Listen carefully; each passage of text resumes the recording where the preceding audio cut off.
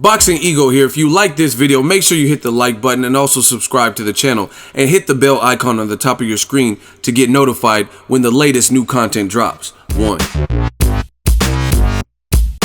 VASILIY Lomachenko again calls out Gervonta Tank Davis. Stay tuned. What up, fight world? It's your boy Ego, and I'm back with some more boxing. Make sure you smash the like button. Also subscribe to the channel for the latest and greatest in boxing. If you want to become part of the notification gang, please hit the bell icon. Shout out to the super chats, channel donations, the Venmo donations, and the Patreon family. We are working. Now, let's talk about some recent VASILIY Lomachenko news. I figured some of you guys have heard about it already and would want to give my thoughts. As always, I'm going to give you guys my complete, uncut thoughts, whether you like it or not. Now, VASILIY Lomachenko took to his Twitter and he says, at Floyd Mayweather, it would have been an honor to fight you in your prime, but I'm not talking about you. Please stop hiding your fighter. And before this, he posted a picture of The Rock, like signaling, come on. And he's saying, that wasn't meant for you, Floyd, even though it would have been an honor to fight you. I'm talking about Gervonta Tank Davis. And I mean, obviously, he didn't, to my knowledge, tweet Tank Davis, but clearly he's called Tank out in the past. And I can't think of another Mayweather Promotions fighter that he would be talking about wanting to fight. You know what I mean? Badu Jack, Ishe Smith, those are all different divisions and stuff like that. So until otherwise proven, he's talking about Gervonta Tank Davis, which is cool. So I want to give my thoughts on this. This is not the first time Lomachenko has called out Gervonta Tank Davis. Somebody even said in the comments, what if and if you get beat? And he says no chance. So per usual, Lomachenko, he's in the matrix and he's confident. He doesn't feel these guys at 130 can beat him. And he's clearly the best guy at 130 until otherwise proven. I told you guys for years that even if he rematched Salido, at this point, I would favor Lomachenko to beat him because he almost stopped Salido in the 12th round. Now, as far as this Gervonta Tank Davis call out, I don't have a problem with it. It's, to me, a great stylistic fight. Gervonta Tank Davis, young, he has a lot of amateurs, 200 something plus amateurs. Lomachenko got 397 amateurs plus the World Series boxing tournament he was in, about 6 fights there. So they both were in the amateurs. Tank Davis, explosive, definitely a power puncher. He's youthful. He has the mean streak. On the positives for Lomachenko, he just beat Rigondeaux. He's been making guys quit, so clearly he has a lot of momentum. He's been active, always in shape, crazy footwork, befuddles opponents, and they just don't know how to get off on him, or they can't get off on him, right? So immense amateur pedigree. So from a stylistic, listen to me, stylistic perspective, I love everything about this fight. I've never shied away from that. Like, I like it. I would want to see exactly what would happen. Obviously, Lomachenko would be the favorite, in my opinion, versus anyone at 130.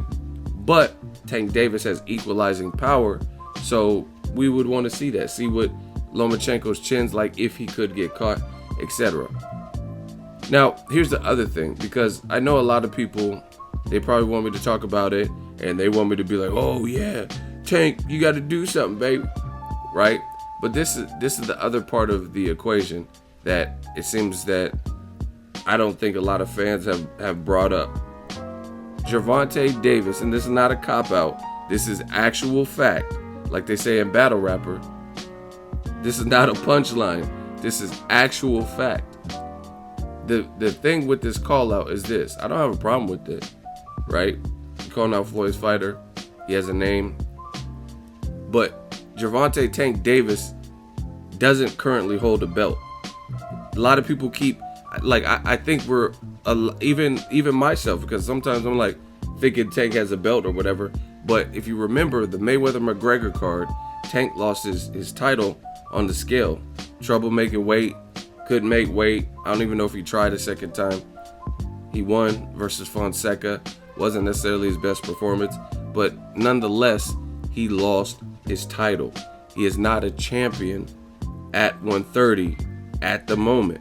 Now, if he fights the Japanese guy that robbed Tevin Farmer and beats him, then he'll get his old belt back.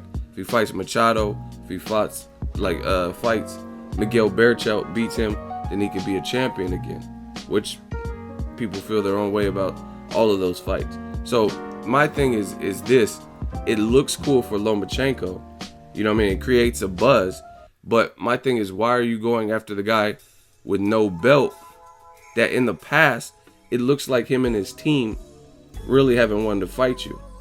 You know what I mean? Like Floyd's like, oh, he's over there with Top Rank and we got our own plans for this fight. You know what I'm saying? So to me, it's like, it's cool, you could do it, but you're also, once again, you're targeting a guy with no belt.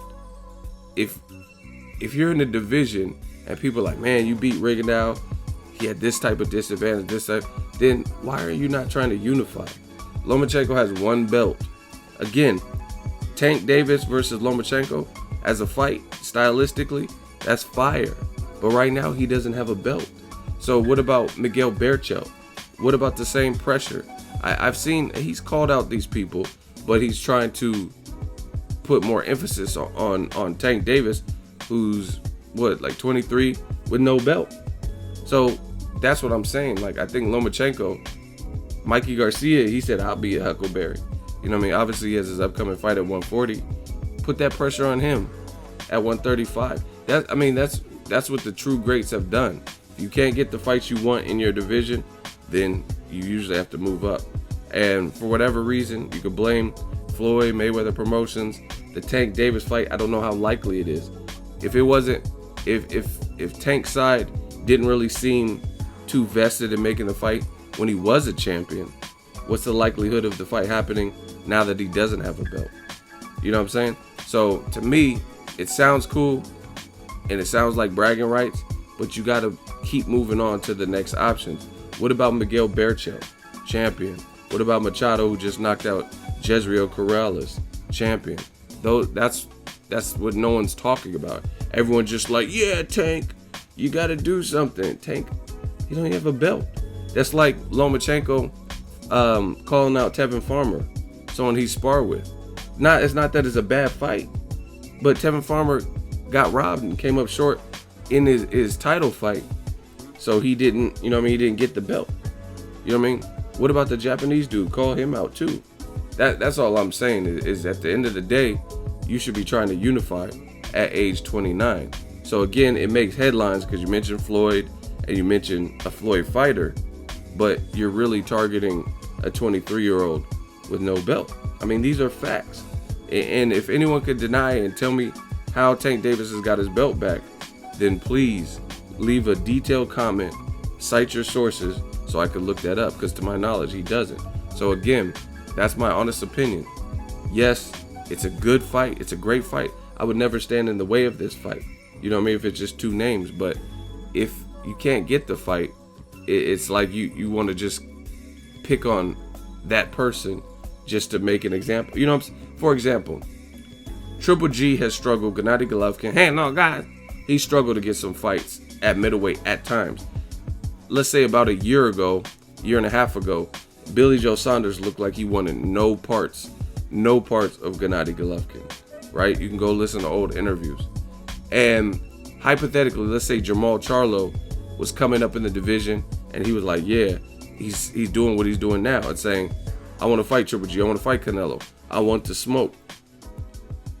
Should Triple G call out Billy Joe Saunders? Cool. But are you going to focus your energy on Billy Joe Saunders when it doesn't look like he wants to fight you? And then you have a Jermall Charlo in the division and he's saying, hey, I'll fight you. But you keep focusing your energy on the guy who isn't trying to fight you. You know what I mean? That's, to me, somebody explain that. I'm curious about that. But again, if the fight happens, I would never stand in the way. It's a good fight. It's a good clash of styles. And I think you would need a style like Gervonta Davis to at least even have a chance. Because Lomachenko has to respect something about you. You know what I mean? I'm not saying Davis would win. I'm just saying to have a fighting chance where you don't quit.